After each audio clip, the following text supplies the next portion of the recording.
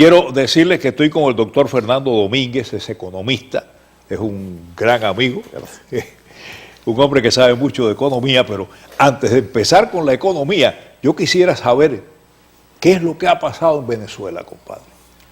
Bueno, en Venezuela durante mucho tiempo, y buenos días primero que todo, gracias a usted por la oportunidad.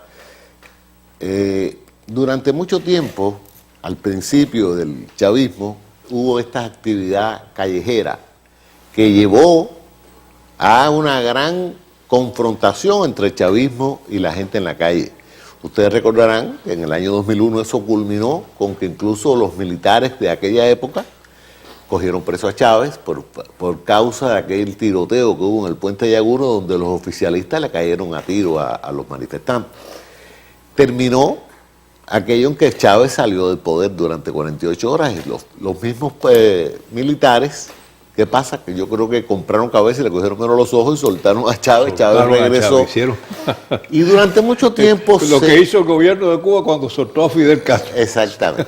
Entonces, ahí sencillamente cuando regresó, pues ha habido una oposición durante mucho tiempo que no ha hecho actos de calle, que se ha simplemente concentrado en la cosa del voto, etcétera, etcétera, con un sistema que la vida ha demostrado que no funciona, porque el voto el sistema de votación está manipulado por el gobierno. Totalmente. Es totalmente manipulado por varias razones. En primer lugar, porque ellos le dan la cédula de votar a quienes quieren. Hay millones de personas en el mundo entero con cédula de votar en Venezuela porque van a votar por Chávez, o por el chavismo, perdón.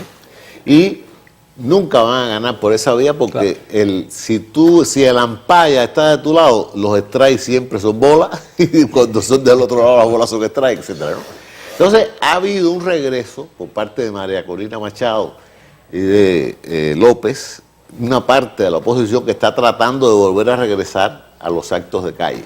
Los actos de calle efectivamente generan violencia por el gobierno, porque el gobierno no puede tolerar que la gente se manifieste porque se forma el desorden. Entonces eso pero fíjate, no había desorden, la cosa era... Claro, pero el gobierno es el que provoca el desorden, claro, porque el gobierno no puede tolerar que eso crezca, eso es una... Mataron a 3, creo que eran 2 estudiantes y el otro era uno de los miembros del gobierno, ¿no? Sí, no sé, es que es confusa las noticias, sí. Pero lo importante es que hay un hecho que se vuelve otra vez a la confrontación.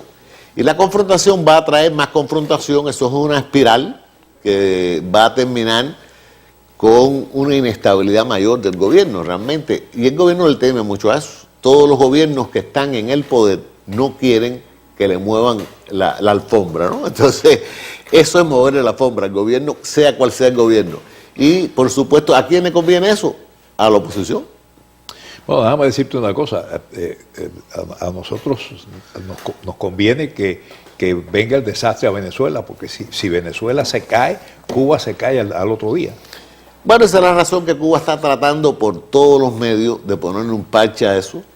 Esa es la razón por la cual Cuba, con la complicidad de otros muchos países latinoamericanos, eligieron el año pasado presidente del CELAC, ese famoso Raúl Castro, dieron la cumbre del CELAC hace unos días en La Habana, asistieron todos y con la honrosa excepción del presidente saliente de Chile y de la presidenta de Costa Rica, ninguno ni siquiera quiso recibir a nadie de la oposición en Cuba y se cuadraron de una manera asquerosamente cómplice con el gobierno de La Habana y a eso obedece empujar. Hay una conspiración internacional a que la unidad económica, la unidad europea, o sea, la Unión Europea, pues también viniera con la historia de revisar una política que ha tenido mucho tiempo.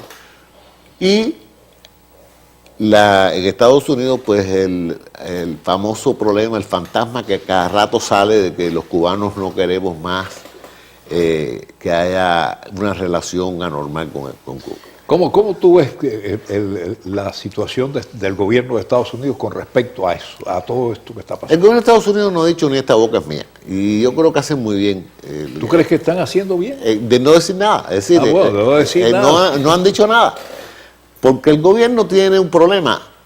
No puede hacer lo que quiere tampoco. Lo del embargo es una ley que está codificada, que tiene que levantarlo el Congreso debido a que Cuba cumpla con ciertas cosas que dice la ley, que es que haya elecciones libres, que suelten a todos los presos políticos, que haya partidos políticos, que no haya represión, que se respeten los derechos humanos. O sea, ese tipo de cosas es la que puede conducir a que el Congreso levante la sanción. Si eso no se produce, o sea, todo lo demás es realmente bolas echadas a rodar, rumores, declaraciones individuales, presiones, cosas que normalmente el gobierno de Cuba hace con bastante frecuencia. Es decir, él agita, el gobierno de Cuba pone un muñequito por aquí para que la gente mire para el muñequito, por acá tiene otro muñequito haciendo otra cosa. Es decir, tú te recuerdas que hace un mes hablamos aquí del petróleo. ¿Tú has vuelto a oír hablar de eso? Bueno, porque ya el muñequito ese del petróleo cumplió su misión hace un mes, ahora es otro muñequito. Pues, ese es tratar de sembrar en la opinión pública internacional, con la anuencia, la complicidad o la omisión o lo que sea de mucha de la prensa escrita y televisada, de que en Cuba hay un cambio. El cambio es que en vez de llamarse Fidel Castro se llama Raúl Castro, y que los golpes le siguen dando todos los días a todo el mundo. O sea, no hay ningún cambio para nada. Que ahora le permitan a una peluquera cortar el pelo, o que a alguien que no tenía cómo ocuparse le permitan arreglar zapatos, no es un cambio en la economía. Esa es la razón. Bueno, déjame poner unos comerciales y vamos a continuar con conversando contigo.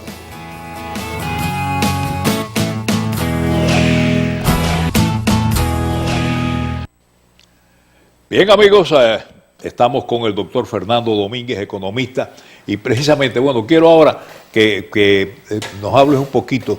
El gobierno quiere que se levante el embargo, el gobierno de Cuba quiere que le levanten el embargo. ¿Por qué quiere que le levanten el embargo?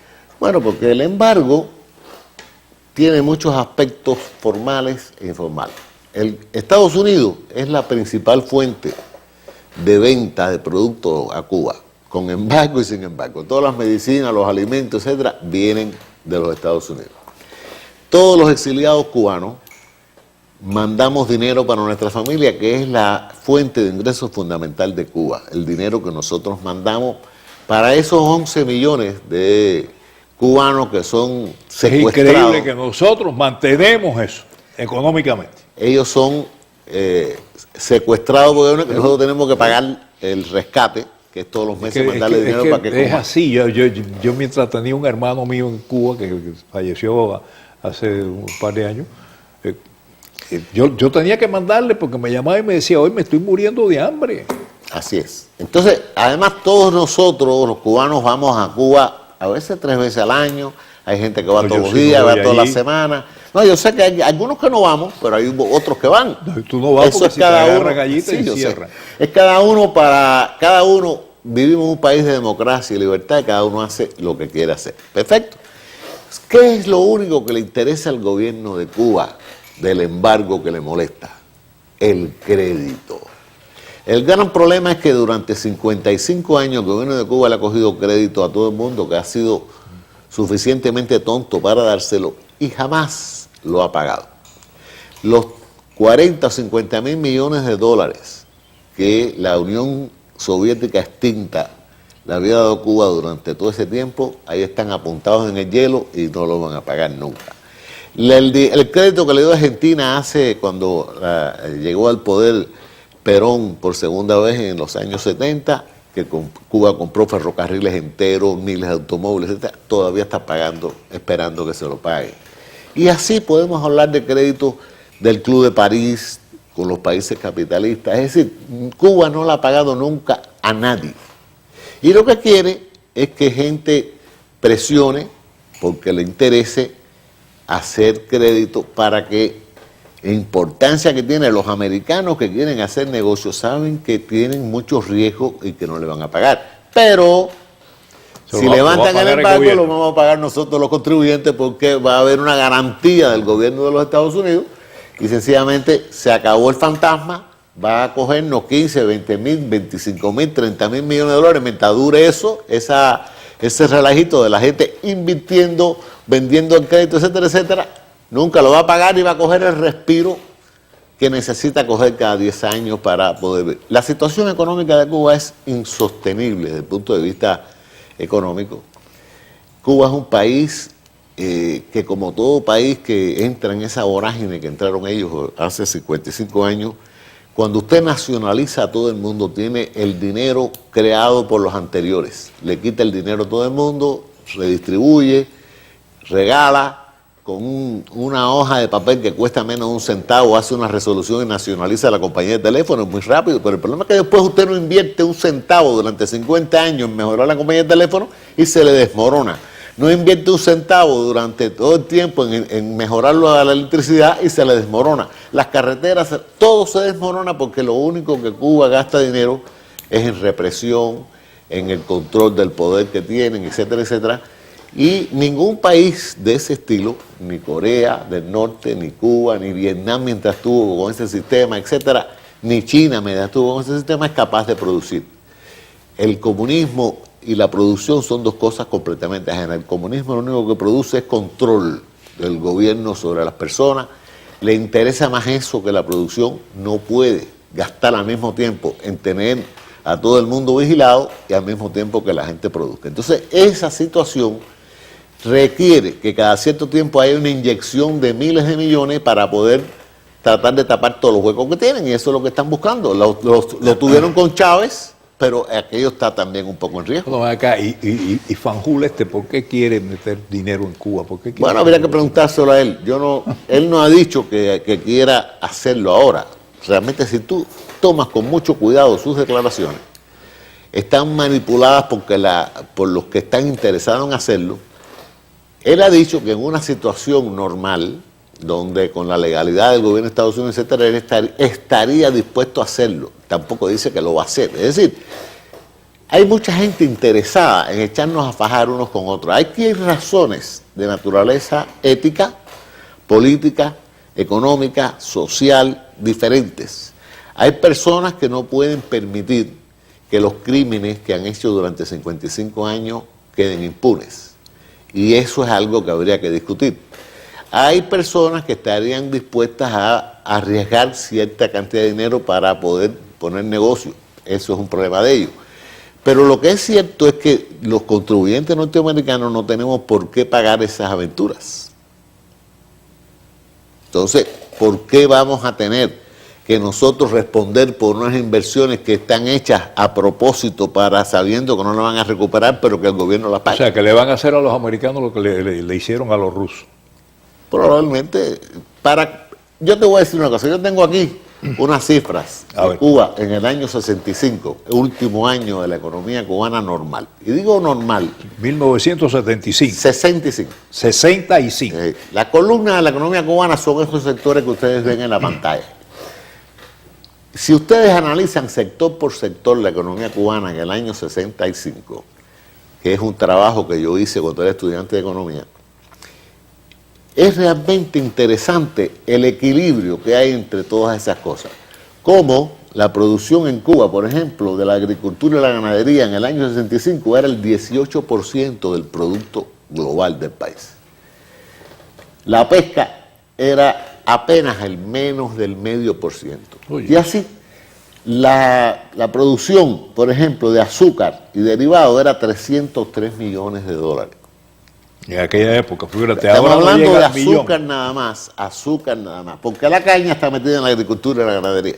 Así, cuando tú sumas las dos cosas, es mucho dinero, pero tú para producir, digamos en aquella época, 6 millones de toneladas de azúcar, con 7 millones de personas más o menos que había en Cuba en ese momento, tú tenías que hacer un esfuerzo tremendo. Cuba en el año, a partir del 66 hasta el 70, trató de llegar a la famosa bomba atómica que decía Fidel del azúcar, de llegar a 10 millones. Lo más que hizo fue 9.700.000. Y tuvo que paralizar el país entero durante 6 meses, mandar a todo el mundo a cortar caña, etcétera, y todavía no le alcanzó algo interesantísimo: la cal para refinar. Toda la producción de cal no daba para refinar el azúcar. ¿Qué te parece? Aunque hubiera habido la caña. Qué cosa, man. Nosotros hicimos un trabajo, yo como estudiante en aquella época, hicimos un trabajo de 10 estudiantes que lo culminamos en el año 65. Estudiamos toda la economía cubana en su interrelación. Hay un sistema de ecuaciones lineales que creó un premio Nobel de Economía, Basilio Leontief, que ruso blanco que terminó su vida aquí de jefe, de director del Harvard Research Project, y que revisó nuestro trabajo. Él fue a Cuba en el año 69 y estuvo con nosotros. Y realmente se quedó asombrado que nosotros, unos humildes estudiantes, hubiéramos podido hacer un trabajo de esa naturaleza. Pero lo interesante de este trabajo, esto no lo ha visto nadie fuera de mi grupo de gente. Y aquí yo tengo incluso los documentos originales, están en mi poder. Ahí tienen ustedes esa relación porcentual de lo que significa cada sector dentro de la producción. Y van a ver cómo el sector 1 tiene esa columna primera, que es la más alta, es decir, la agricultura y la ganadería era la fuente fundamental de riqueza de Cuba. Hoy teníamos 7 millones de cabezas de ganado, hoy no tenemos no sé cuántas, es misteriosamente... No la cuentan, vaya. Sí, es imposible saber, pero seguramente que no es ni la 10ª parte. No tenemos ni la 10ª parte de la producción de caña de azúcar, no tenemos ni la 10ª parte de los centrales, porque los desmantelaron y los vendieron en pedazos. Increíble, increíble. Entonces, el que se saque la lotería de arreglar esa economía es una lotería sin billete, porque tiene que empezar por reconstruir una cosa que se llama la infraestructura. Las carreteras están destruidas, las autopistas, los acueductos, los alcantarillados, las viviendas, las casas, los servicios sociales. Todo es un desastre para poder, porque en Cuba tú decías, te voy a invertir. Y es importante hablar de la cosa financiera. En Cuba, en la época de los años 50, se creó un sistema financiero interesantísimo. Se llamaba el Banco de Desarrollo Económico Social, el BANDES. Se llamaba el Banco de Fomento Agrícola Industrial, el BANFAI. Y se llamaba el Banco de Comercio Exterior de Cuba, el Bancomex. Esas 3 instituciones financiaron todo el desarrollo de Cuba en los años 50. Y déjenme decirle, mis amigos, que en los años 50 Cuba se desarrolló más en esa década que lo que se había desarrollado en los 50 años anteriores. Si nosotros sacamos la cuenta que del 1902 que fuimos libres a 1959 pasaron 57 años, y el crecimiento exponencial de en esos 56 años fue tremendo, y sacamos que en los 55 años posteriores, en vez de crecer así, hemos crecido para abajo, pues se da cuenta que la única solución que hay en Cuba es que salgan del poder los que lo destruyeron esa economía. Ellos, los que lo destruyeron por su incompetencia, por su voracidad, por el poder, porque lo único que les interesa es mantenerse en el poder, son incapaces de arreglarlo. Los que lo rompieron no lo pueden arreglar, tienen que irse, es la única solución que hay, esa es la normalización que yo entiendo. La única solución para resolver en Cuba es coger a los dos, a los hermanos Castro y a la familia entera y sacarlos de ahí. Por las buenas, por las malas, esa es la verdadera solución. Y volver a reconstruir el país bajo la libertad. Y eso lo deben hacer los mismos policías, los mismos militares, Claro. los mismos, tienen que coger a Raúl Castro, a Fidel Castro y a la familia, meterlos en un lugar, botarlos, tirarlos para Europa, para cualquier lado, y entonces cambiar. Esa es la solución. Hermano, oye, muchas gracias, muy interesante esos números tuyos, hay que buscarlos bien para que la gente vea de verdad lo que han hecho con Cuba.